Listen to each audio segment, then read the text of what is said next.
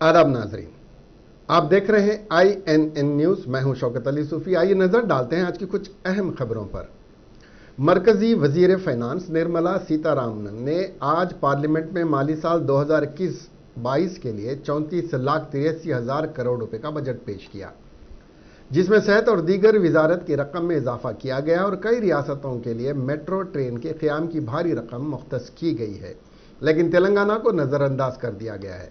मरकजी बजट में Chennai metro rail के तोसी कामों के लिए 63,000 करोड़ रुपए और बेंगलुरु मेट्रो ट्रेन के तोसी के लिए 14,700 करोड़ रुपए मुख्तस किए गए। Kharagpur Vijayawada east coast goods corridor को मंजूरी दी गई। 17 रियासतों को GST महसूल खसारा पूरा करने 17,340 करोड़ रुपए मुख्तस किए गए हैं। आने वाले माली साल में 12 लाख करोड़ रुपए के कर्ज हासिल करने का फैसला किया गया।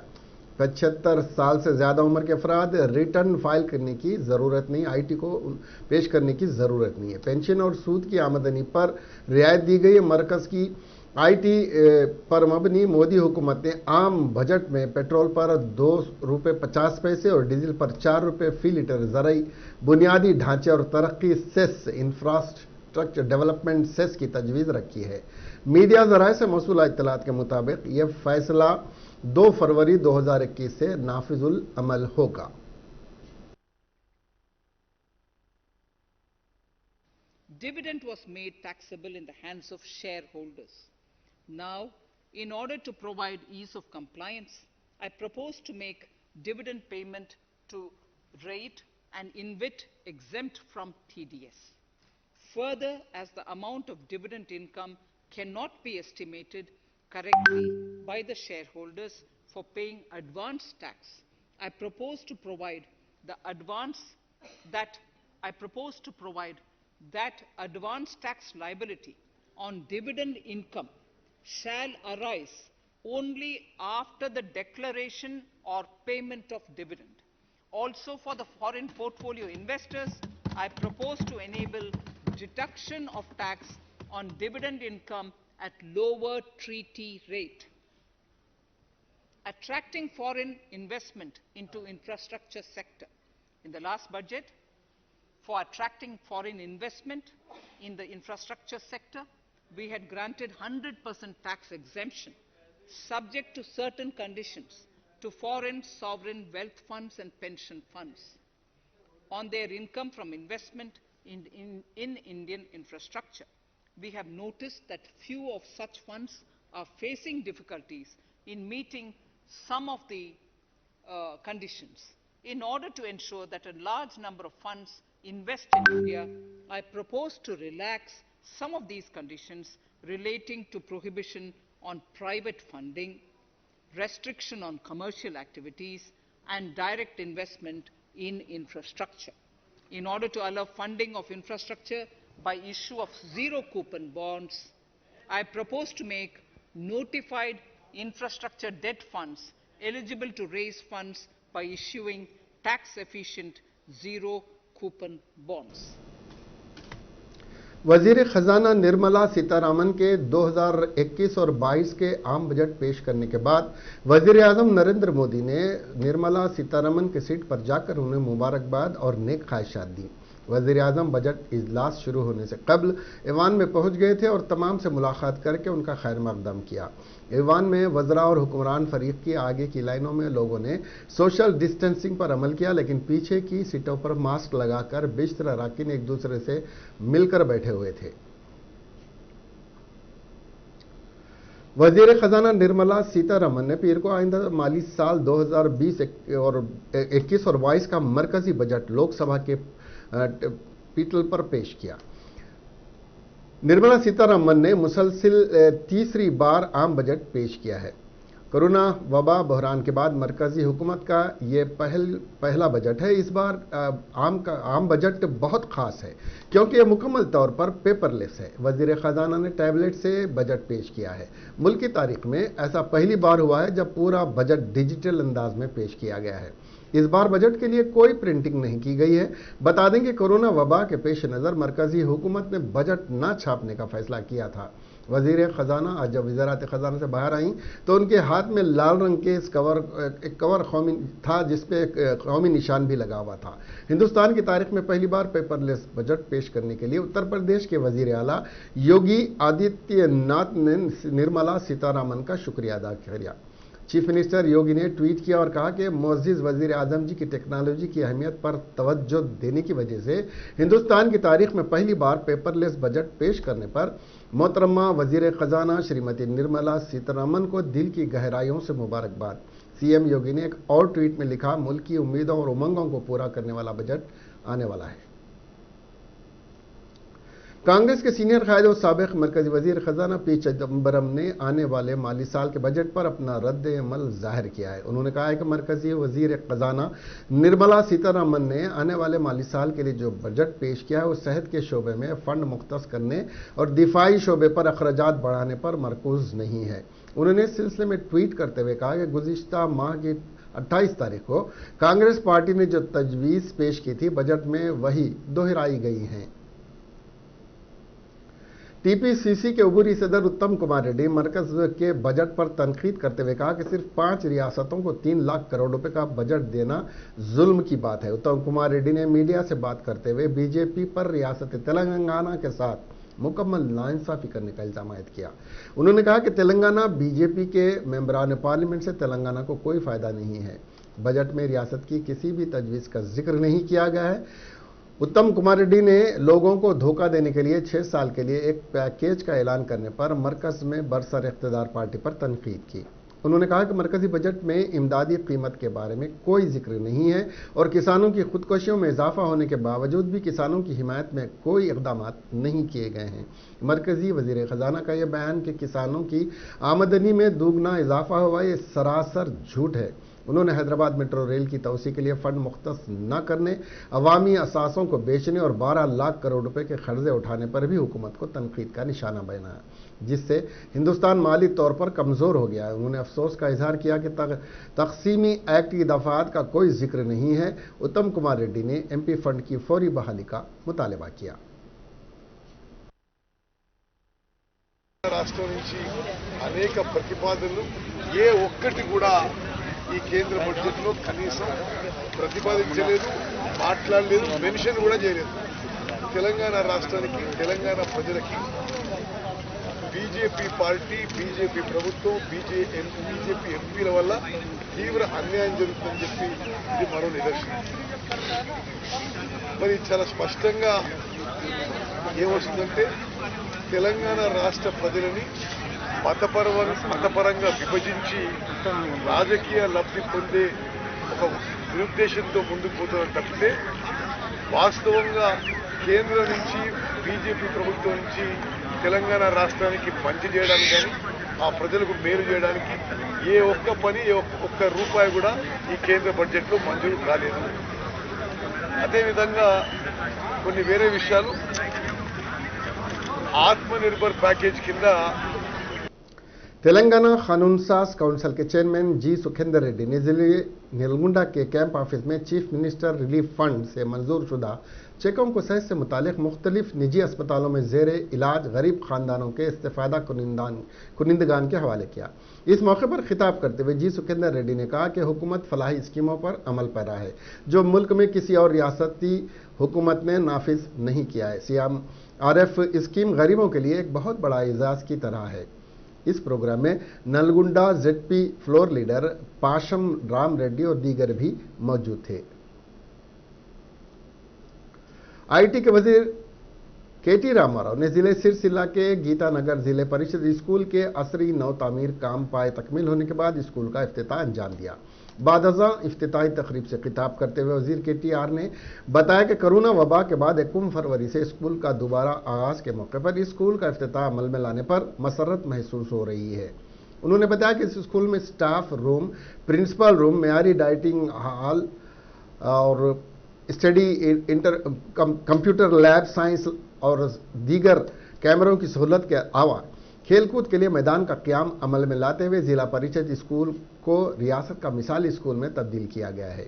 केटी रामाराव ने बताया कि वजीर आला के चंद्रशेखर राव ने अक़लियतों, SC, ST और BC तलबा को मुफ्त क़याम ताम के साथ मुफ्त तालीम फराहम करने के लिए रियासत भर में 300 से ज़ायद अक़ामती स्कूलों का क़याम अमल में लाते हुए एक तालिब इल्म पर 1 लाख से ज़ायद रुपये के अखराजात हुकूमत बर्दाश्त कर रही है।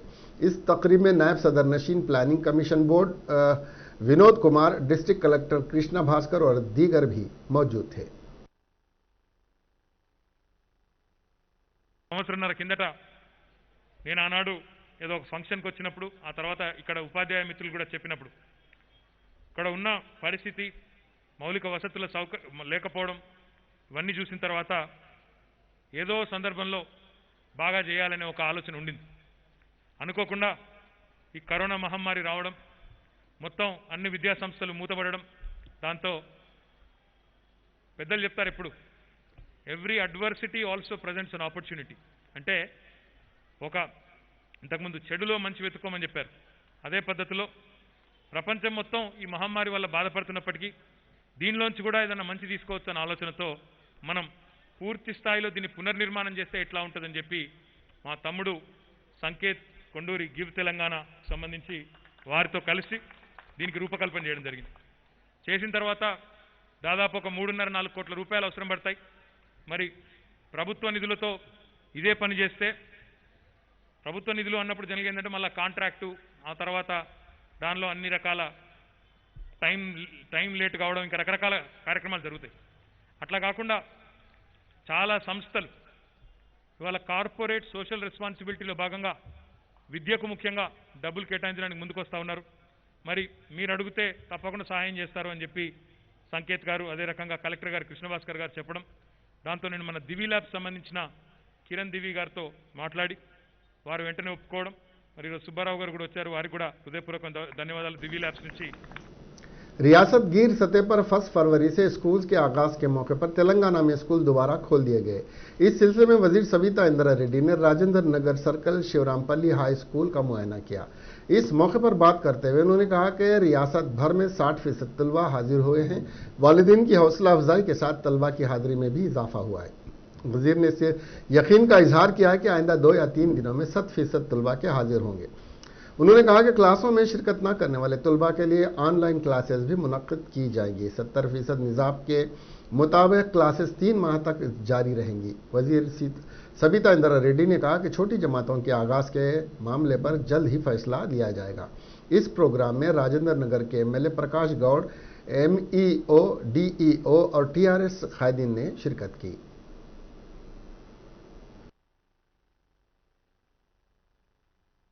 కేసీఆర్ గారి ఆదేశంతో ఈరోజు రాష్ట్ర వ్యాప్తంగా తెలంగాణ రాష్ట్రంలో 9th, 10th నుండి అబో క్లాసెస్ అన్ని కూడా ఈరోజు స్టార్ట్ చేయడం జరిగింది. స్కూల్స్లో ఎలా ఉంది వాళ్ళ హాజరు శాతం అనేది ఈరోజు విజిట్ చేయడానికి ఇక్కడ రాజేంద్ర నగర్లో శివరాంపల్లి స్కూల్కి రావడం జరిగింది. గౌరవ శాసనసభ్యులు ప్రకాష్ గౌడ్ గారితో పాటు ఇక్కడ విజిట్ చేయడం జరిగింది. పేరెంట్స్ ఇచ్చిన అనుమతి పత్రాలతో పాటు ఎంతమంది అటెండ్ అయ్యిందని చూస్తున్నప్పుడు ఇచ్చిన అనుమతి పత్రాల కన్నా ఎక్కువ మంది ఈరోజు అటెండ్ కావడం జరిగింది. వాళ్ళందరికీ కూడా కోవిడ్ నామ్స్ పాటిస్తూ జాగ్రత్తలు తీసుకోమని చెప్పడం జరిగింది. అదేవిధంగా ఈరోజు స్కూల్లో కూడా ఏర్పాటు చేయడం జరిగింది. रोड सेफ्टी हफ्तावारी 2021 प्रोग्राम के तहत रचाकुंडा पुलिस कमिश्नरेट के ज़ेर एहतमाम LB नगर के इंडोर स्टेडियम में ट्रैफिक अवेयरनेस प्रोग्राम का इनेकाद अमल में आया। इस मौके पर वजीर दाखिला मोहम्मद महमूद अली, वजीर transport P Ajay Kumar, LB नगर MLA DGP महेंद्र ने मेहमान खुसूस की हैसियत से शिरकत करते हुए शमा रोशन करके प्रोग्राम का आगाज़ किया। इस मौके पर Alipuram Venkateshwar Reddy, chairman Telangana state sports authority, Rachakonda police commissioner Mahesh Murali Bhagwat, joint CP Sudhir Babu, मुख्तलिफ डिपो के ड्राइवर्स, ऑटो ड्राइवर्स और तुलबा की एक बड़ी तादाद मौजूद थी। मरकजी वजीर फाइनेंस सीतारामन ने मरकजी बजट 2021 और 22 को लोकसभा में जो बजट पेश किया वो मुल्क की तरक्की और मुस्तकबिल के मंसूबों को उजागर करते हुए बेहतरीन बजट पेश किया है। Federation of Telangana chamber of commerce ने कहा कि बजट सीतारमन की दूरअंदेशी और बसीरत की अक्कासी करता है। सदर फेडरेशन रमाकांत अन्ननी ने आज INN से बात करते हुए कहा कि वजीर फाइनेंस से आम उम्मीद के बरखिलाफ कोई टैक्स आयद न करते हुए सनत को मजीद नुकसान से दो चार होने से बचा लिया है। जी ने दिया है बहुत ही बोल्ड और प्रोग्रेसिव है, इंडस्ट्री ओरिएंटेड है, इकोनॉमी को बूस्ट करेगा और इंफ्रास्ट्रक्चर पे काफ़ी जोर दिया गया है और इंफ्रास्ट्रक्चर के और फंड्स जुटाने के लिए जो एसेट्स है highways, ports, railways, pipelines etcetera उनको मोनेटाइज किया जाएगा, जिससे इन्वेस्टर्स का इन्वेस्ट करेंगे वो पैसे और इंफ्रास्ट्रक्चर के लिए अवेलेबल होंगे। इंश्योरेंस के अंदर फॉरेन डायरेक्ट इन्वेस्टमेंट को और इंक्रीज किया गया, लिमिट 49% से 74%। इससे इंडस्ट्री और सिटीजन्स को इंश्योरेंस में काफ़ी रियायत मिलेगी और अपने काफ़ी सीनियर सिटीजन्स को जो इंटरेस्ट और पेंशन मिलती थी उनको रिटर्न फाइल करने से छूट दी गई है और कंपनीज एक्ट में काफ़ी सेक्शन डिक्रिमिनलाइज किए गए हैं छोटे मोटे सेक्शन के लिए। साबिक सदर फैब से वी अनिल रेड्डी ने मरकजी बजट बराए 2021 को मुतवाज़न करार देते हुए मजीद किसी किस्म के टैक्स आयद न करने को खुश आइंदा करार दिया और कहा कि बजट में तेलंगाना की तरक्की के लिए कोई खास रकम मुख्तस नहीं की गई है जो मायूस कुन है। हमें उम्मीद थी कि नए रियासत तेलंगाना के लिए मरकजी बजट में अलहदा हिस्सा होगा, लेकिन तेलंगाना की आवाम को मायूसी से दो चार होना पड़ा। आज का बजट जो है ना, एक इंडस्ट्रियल की तरफ से एक एंगल से देखना पड़ता है, कॉमन आदमी के हिसाब से एक एंगल से देखना पड़ता है और पॉलिटिकल लेवल के हिसाब से देखो तो दूसरे एंगल से देखना पड़ता है। अब पहले कॉमन मैन के हिसाब से अगर से देखेंगे, ये बजट में कॉमन मैन के हिसाब से कुछ भी नहीं है, क्योंकि कॉमन मैन को कभी भी क्या रहता, कल के तारीख में जो चीज़ खरीदारी रहती है उसके ऊपर अपने को क्या बेनिफिट मिलेगा। जैसे आज की तारीख में जो पेट्रोल डीजल का जो भाव बढ़ते जा रहा, उसमें कुछ रिलीफ मिला क्या, या तो कल के तारीख में कुछ चीज़ खरीदने वाले में कुछ रेट कम हुआ क्या, मतलब कॉमनली यूज कॉमन मैन जो यूज़ करते रहते उसके ऊपर देख के आता कॉमन मैन के लिए। तो ये बजट में उड़ा दो। जॉइंट सेक्रेटरी फैटसी ने कहा कि आम बजट पर मजीद बोझ आयद करेगा, आम बजट अवाम पर मजीद बोझ आयद करेगा। पेट्रोल और डीजल की कीमतों पर रास्त असर ट्रांसपोर्ट शोबे पर होगा, जिसके बाद अशिया ज़रूरिया की कीमतें मजीद बुलंदी को परवास करेंगी, जिसके बाद इसका बोझ आम अवाम को उठाना पड़ेगा। रियासत गिर सतह पर 1 फरवरी से तमाम तालीमी इदारे खोल दिए गए, जिसमें 9वीं के साथ साथ आगे की जमातों का कोविड-19 के एहतियाती इक़दामात के साथ आगाज अमल में आया। क्लासरूम्स में तलबा के दरमियान समाजी फासले को यकीनी बनाने के लिए एक तालिब इल्म को एक बेंच पर बिठाया गया और 2 तलबा के दरमियान 6 फीट का फासला रखा गया है। बाज़ स्कूल ने एक कदम आगे बढ़ाते हुए बेंचेस पर निशान लगा दिए और तलबा को हिदायत दी गई कि मुकर्ररा मुकाम पर ही वो बैठें। वाज़ेह है कि गुज़िश्ता साल कोरोना की वजह से पूरे मुल्क में तमाम तालीमी इदारों को बंद कर दिया गया था। ताहम कोरोना के केसेस में कमी के बाद नतीजे में हुकूमत ने तालीमी इदारों को 1 फरवरी से शुरू करने का फैसला करते हुए कोविड-19 के अहकामात पर अमल करते हुए क्लासेस का आगाज़ करने की हिदायत दी है। स्कूल के पहले दिन तलबा की मामूली तादाद ही देखी गई है।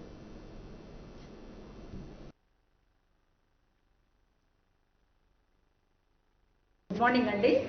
ఈరోజు ఫిబ్రవరి 1, 2021 చాలా కాలం అంటే 10 నెలల తర్వాత స్కూల్ ఓపెన్ చేయడము చాలా సంతోషంగా ఉంది। మాకే కాదు పిల్లలకు కూడా చాలా సంతోషంగా ఉంది।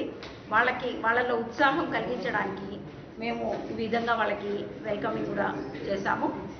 తర్వాత ప్రభుత్వం ఏ విధంగానైతే మాకు సూచనలు ఇచ్చారో ఆ సూచనలన్నీ పాటిస్తూ మేము ప్రభుత్వ పాఠశాలని ఓపెన్ చేయడం జరిగింది। ఇక్కడ శానిటైజర్స్ చేసి తర్వాత వాళ్ళకి టెంపరేచర్ కూడా గుర్తించి 37 కంటే ఎక్కువ ఉంటే వాళ్ళని ఐసోలేషన్ రూమ్స్కి పంపించి ఈ విధంగా మేము మొదలు పెట్టడం జరిగింది। అలాగే క్లాస్ రూమ్స్లలో కూడా బెంచ్కి एक शख्स जो हैदराबाद के मनीकुंडा से लापता हो गया था, मोइनाबाद के नक्कालापल्ली शहरों में उसका कत्ल कर दिया गया। उसकी शनाख्त शेख सलमान की हैसियत से हुई है। पेशे से वो एक टेलर था और टोली चौकी की मोहम्मदी लाइन का रिहायशी था। तहकीकात से पता चला कि सलमान को उसके रिश्तेदारों बशमूल उसके खुसर ने अगवा किया था, जिसे शुबा था कि सलमान उनकी बेटी को हिरासान कर रहा है। सर्कल इंस्पेक्टर रविंदर ने बताया कि शेख सलमान मनीकुंडा के साई नगर में टेलरिंग शॉप चला रहा था। 29 जनवरी को सलमान ने अपने भाई को कपड़े की दुकान पर छोड़ा। उसका भाई उस दुकान में काम करता था। सलमान ने अपने भाई को रात 10:30 बजे फोन करके बताया कि वो चंद मिनटों में आकर उसे ले जाएगा। ताहम उस रात सलमान अपने भाई को घर ले जाने के लिए उसकी दुकान पर नहीं आया। भाई परेशान होकर पुलिस से रुजू हुआ। पुलिस ने बताया कि सलमान का खुसर और दीगर 3 अफराद उसे नक्कालापल्ली चरू ले गए। पहले इसका गला घोंटा, बाद में एक पत्थर उस पर डाल दिया। यह वाकया इतवार को उस वक्त मंजर आम पर आया जब पुलिस को इतवार को उसकी लाश मिली। पुलिस ने केस रजिस्टर करके सलमान के खुसर दस्तगीर को गिरफ्तार कर लिया है।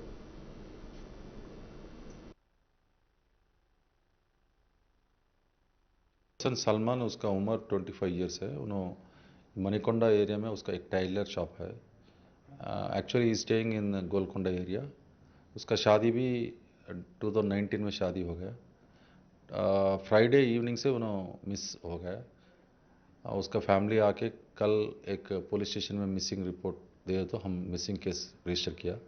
आज टुडे उसका डेड बॉडी मोइनाबाद आउटस्कर्ट्स में एक नक्कलपल्ली विलेज का आउटस्कर्ट्स में टैंक में उसका डेड बॉडी मिला। उसका मर्डर करके उधर वो टैंक में they thrown in the tank. In this case, we have arrested so far 1 person and we are suspecting that इसका फैमिली डिस्प्यूट्स है। इन फैमिली मेम्बर्स, उसका वाइफ के रिलेशंस अच्छा नहीं है, इसलिए वाइफ का रिलेशन वाला ये मर्डर किया है। उसका dead body we have sent to the medical postmortem के लिए and we are doing the investigation. We will affect all the accused who involve in this case. कितने मेंबर्स थे सर इस केस में इन्वॉल्व? अभी तक 4 आदमी हैं इसमें और क्या है, we are looking all angle. Uttar Pradesh से ताल्लुक़ रखने वाले एक शख्स ने जिस्मानी तौर पर माजूर कमसिन लड़की की असमत दरी की। यह वाक़या राजन्ना सिरसिला जिले के येल्लारेड्डीपेटा मंडल में इतवार को पेश आया। लड़की के अफराद खानदान ने उस वाक़े की जानकारी के बाद खाती की जमकर पिटाई कर दी। पुलिस के मुताबिक चतवर सिंह का ताल्लुक उत्तर प्रदेश से है। वो येल्लारेड्डीपेट मुंतकिल हुआ था और बंडी लिंगापुर में चाट सेंटर चला रहा था। इतवार को वो कमसिन लड़की को बहला फुसलाकर गांव के नवाही इलाके में ले गया और उसकी असमत दरी की। लड़की के घर से गायब होने की इत्तला पर अफराद खानदान ने उसको तलाश करना शुरू किया। लड़की की चीखों की आवाज़ सुनकर वो उस जगह पहुंचे। उन्हें आता देखकर चतुर सिंह ने भागने की कोशिश की, ताहम नाकाम रहा। लड़की के अफराद खानदान ने इसकी ज़बरदस्त पिटाई करने के बाद उसे ग्राम पंचायत के ऑफिस में बंद कर दिया। इत्तला पाकर पुलिस ग्राम पंचायत ऑफिस पहुंची और उसे पुलिस स्टेशन मुंतकिल कर दिया। येल्लारेड्डीपेट के एसआई वेंकट कृष्णा ने बताया कि मुलजिम के खिलाफ मामला दर्ज किया गया और लड़की को मेडिकल टेस्ट के लिए भिजवा दिया गया है। गुंतकल के नागा समुद्रम जिले अनंतपुर में एक इंतहाई अंदोनाक वाक़े में दुल्हन के लवाकिन ने दूल्हे के घर को आग लगा दी, क्योंकि उनको बताए बगैर वो उनकी बेटी से शादी कर चुका था। तफसीलात के मुताबिक वेंकटमपल्ली की सुमित्रा वल्द हवैया मल्लिकार्जुन हनुमंत वल्द नागर समुद्रम का रहने वाला है। उसने इंटर तक तालीम हासिल की और वो एक फार्म हाउस में काम करता था। सुमित्रा और हनुमंत एक दूसरे से मोहब्बत करते हैं। दोनों ने घर से भागकर 2 दिन कबल शादी कर ली और इतवार को रूरल पुलिस स्टेशन गए। चूंकि दोनों बालिग थे, पुलिस ने उनके वालिदैन की काउंसलिंग की और उन्हें घर भेज दिया। दूल्हे के वालिदैन ने नए जोड़ों को अपने एक रिश्तेदार के घर भेज दिया। इतवार को सुमित्रा के रिश्तेदारों ने हेमंत के घर पर केरोसिन डालकर आग लगा दी। ताहम मुकामी लोगों ने आग बुझा दी और खातियों की सर्जनिश की और पुलिस को इत्तला दी। पुलिस फौरी गांव को पहुंची और घर को आग लगाने वालों के खिलाफ कार्रवाई शुरू कर दी है। पड़ोसी रियासत आंध्र प्रदेश के जिले श्रीकाकुलम में एक खातून एसआई की खिदमात को महकमे पुलिस की जानिब से खूब सराहा जा रहा है। बताया जा रहा है कि जिले श्रीकाकुलम काशीबग्गा की खातून एसआई के श्रीशा को कंतूर के जंगलाती इलाके में एक नामालूम मुअम्मर शख्स की मौत की खबर मिली तो वो फौरी वहां पहुंची और मुकामी अवाम से इस बारे में दरियाफ्त किया। ताम शनाख्त नहीं होने पर इस नामालूम शख्स की नाश को अपने कांधों पर उठाकर 1 किलोमीटर तवील रास्ते पर पैदल चलते हुए ले गई। मुकामी ललिता चैरिटेबल ट्रस्ट को नाश हवाले करने के बाद ट्रस्ट के मुंतजिमीन चिन्नी कृष्णन के साथ मिलकर उसकी आखिरी रसूमात भी अंजाम दी। खिदमत खल्क का बेहतरीन मुजाहरा करने पर एपी पुलिस के साथ साथ तेलंगाना महकमा पुलिस ने भी खातून एसआई की सिताइश की और उनके जज्बे को सलाम किया। तेलंगाना बीजेपी के रुकन असेंबली राजा सिंह को यादाद्री भुवनगिर जिले के बीबी नगर पुलिस ने हिरासत में ले लिया। गोशा महल के नुमाइंदगी करने वाले बीजेपी के रुकन असेंबली अयोध्या में तामीर की जाने वाली राम मंदिर पर हुक्मरान जमात टीआरएस के रुकन असेंबली सी धर्मारेड्डी के रिमार्क्स के खिलाफ एहतजाज करने के लिए वरंगल जिला जा रहे थे। राजा सिंह को बीबी नगर के करीब रोक दिया गया और उनको पोचमपल्ली पुलिस स्टेशन मुंतकिल कर दिया गया। इस मौके पर पुलिस स्टेशन के करीब हल्की कशीदगी देखी गई क्योंकि उनके हामियों और बीजेपी के कारकुनों ने उनको रिहा करने का मुतालबा करते हुए एहतजाज किया।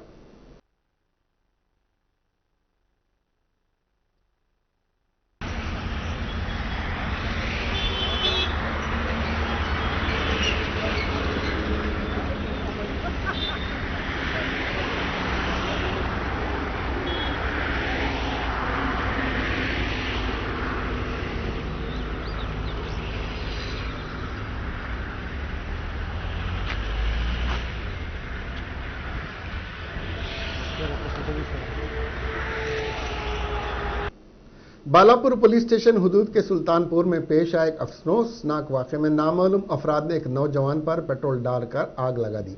बताया जा रहा है कि एक नामालूम शख्स ने एक नौजवान पर पेट्रोल डाला और उसे आग लगा दी। इत्तला के बाद मुकामी अवाम ने जख्मी नौजवान को दवाखाना उस्मानिया मुंतकिल कर दिया, जहां इलाज के दौरान नौजवान की मौत हो गई। मुतवफ़्फ़ी की शनाख्त 28 साल हरीश के तौर पर की गई है। पुलिस ने इस सिलसिले में एक मुकदमा दर्ज कर लिया और तहकीकात में मसरूफ़ है। शहर हैदराबाद के पहाड़ी शरीफ इलाके में एक ठहरी हुई कार में अचानक आग लग गई। इस वाक़े में किसी के झुलसने की कोई इत्तला नहीं मिली है। मुकामी अफराद ने कार को शोलों में लिपटा हुआ देखकर फौरी तौर पर पुलिस और फायर ब्रिगेड के एहलकारों को चौकस किया, जिसके बाद फायर ब्रिगेड के एहलकार वहां पहुंचे और आग पर काबू पा लिया। इस वाक़े में कार को शदीद नुकसान हुआ। राजेंद्र नगर पुलिस इस मामले की जांच कर रही है।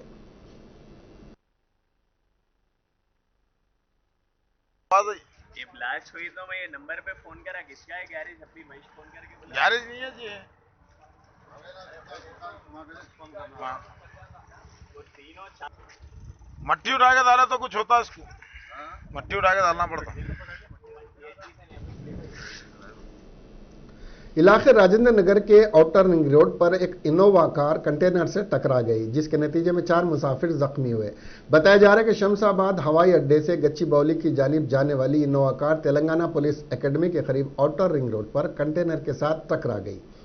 इस हादसे में कार में सवार 4 अफराद शदीद तौर पर जख्मी हो गए। इत्तला मिलने पर पुलिस जाए वकूफ पर पहुंची, जख्मियों को गच्चीबौली के AIG अस्पताल मुंतकिल कर दिया और इस सिलसिले में मुकदमा दर्ज करके तहकीकात कर रही है। ताहम अभी तक इस वाक़े की मुकम्मल तफसीलात मालूम नहीं हो सकी।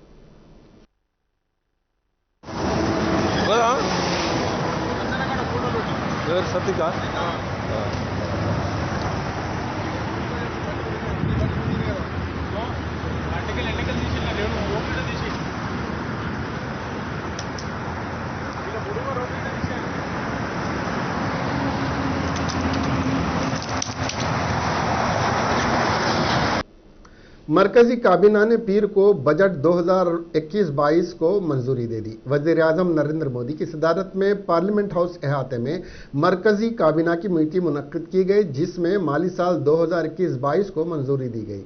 मरकजी वजीर खजाना निर्मला सीतारामन ने मरकजी बजट काबीना के सामने रखा।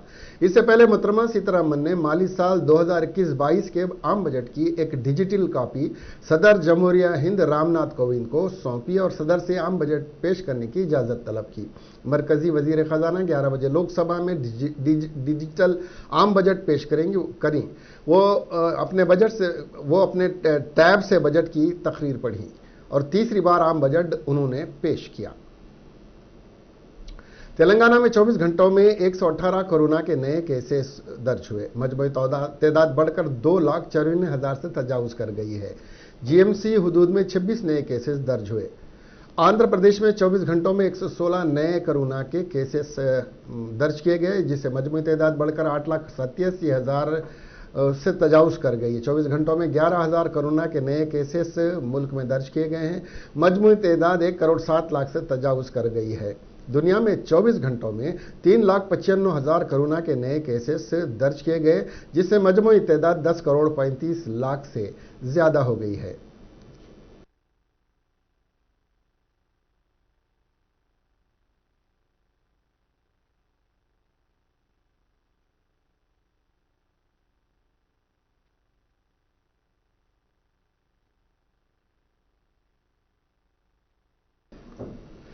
त्रिपुरा में कोरापुट जिले के कोटपेड पुलिस थाने के तहत मरताहांडी के पास एक गाड़ी के दरख्त से टकराने के बाद सड़क से फिसल जाने के हादसे में 9 लोगों की मौत हो गई और दीगर 13 शदीद तौर पर जख्मी हो गए। पुलिस जराये ने बताया कि इतवार की देर रात कोरापुट जिले के कोटपाड़ पुलिस थाने के मरताहांडी के पास कौमी शाहरा 326 पर एक मुसाफिर गाड़ी के एक दरख्त से टकराने के बाद सड़क से फिसल कर नीचे गिरने से 9 लोगों की मौत हो गई है। इसके साथ ही ये खबरें यहीं खत्म हुई। अब हमें दीजिए इजाजत और देखते रहिए INN चैनल। खुदा हाफिज।